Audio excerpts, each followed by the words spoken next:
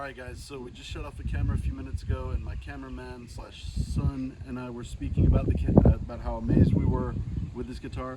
We did notice a couple things we wanted to talk to you about that we missed in the initial video. So real quick, just wanted to point out a couple things. So, first of all, on this case, it has these spikes, which are actually really brilliant.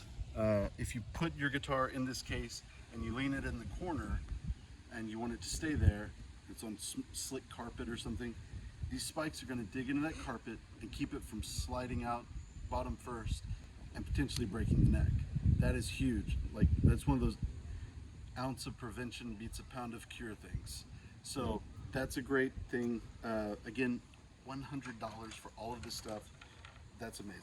So one thing we noticed while we were looking at these spikes though, I thought this finish was perfect. And I thought all the white flecks were styrofoam dust, but we do have two very small scratches of white. I mean, they're barely even, you can barely even feel them. So either the paint is so thin that the tiniest abrasion will break through. I'm thinking it's just a flaw in the painting process, because there's no way the finish is that thin. Otherwise, you would be seeing tons of grain and imperfections in the wood. Generally, this is pretty thick stuff anyway, in the finish on these things. So yeah, there were those two little things, and also we didn't point out the nut. That's probably one thing I think we've covered just about everything else, but the nut is apparently it appears to us to be plastic. So I'm a little disappointed in that.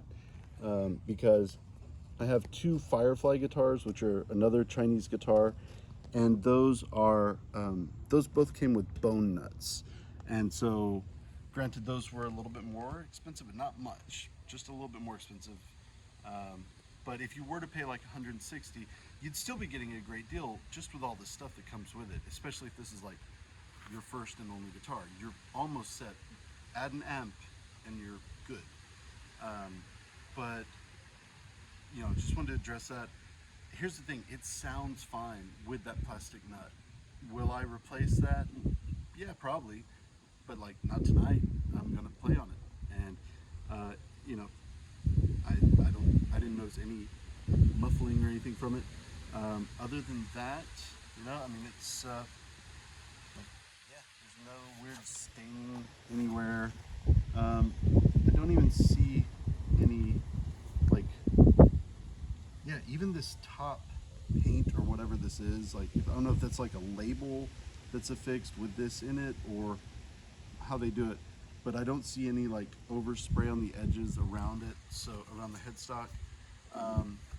Absolutely a great as-is guitar. For anybody could play it in any situation and it'll be fine. But if you wanted to just get it and modify everything, it's there. It's so ready for anything you could throw at it, and you could really turn it into something wicked. And you could do it with no remorse about damaging something really expensive or collectible. I guess the only thing we haven't touched on, real quick, we'll take a look together because I haven't looked down here either, is the truss rod hole here. And can you see in there at all? Let's see if we turn it. Let's turn it can you come over this way, please? Come around this side. Okay, so if I hold it, okay, now you should be able to zoom into that hole there. There you go.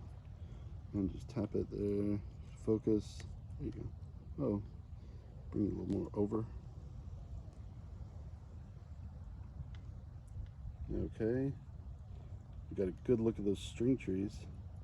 But if you look in there, I can see, okay, so you can see the truss rod adjustment nut there. There you go. And it does look, it looks really smooth actually. So if you could just hold the head of this, thank you. I'm gonna grab that wrench and make sure it fits.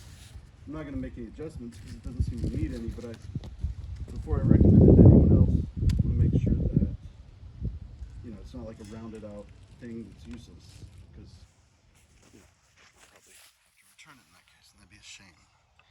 But let's see what happens here. Let's see. Nope, that locks in fine. Yeah, it actually has, like, it doesn't feel tight at all, so it's probably a lot of adjustment. And so let's set this back up here. One last thing. Again,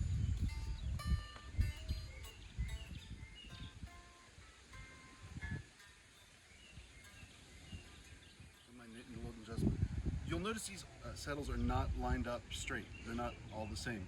They are moved back and forth. This guitar seems to be intonated, which is crazy. Like that's time. And I'm sure it's not perfect. I'm sure I'll work on it a little bit. But just listening to it right now, it sounds pretty darn close to intonated. And that is amazing. That's a really nice extra touch that even more expensive guitars don't generally have. So, with that in mind, I think that's everything. Oh, and one last thing. The action on this thing, as it comes. This guitar, I can't speak to yours, but it is so nice and low.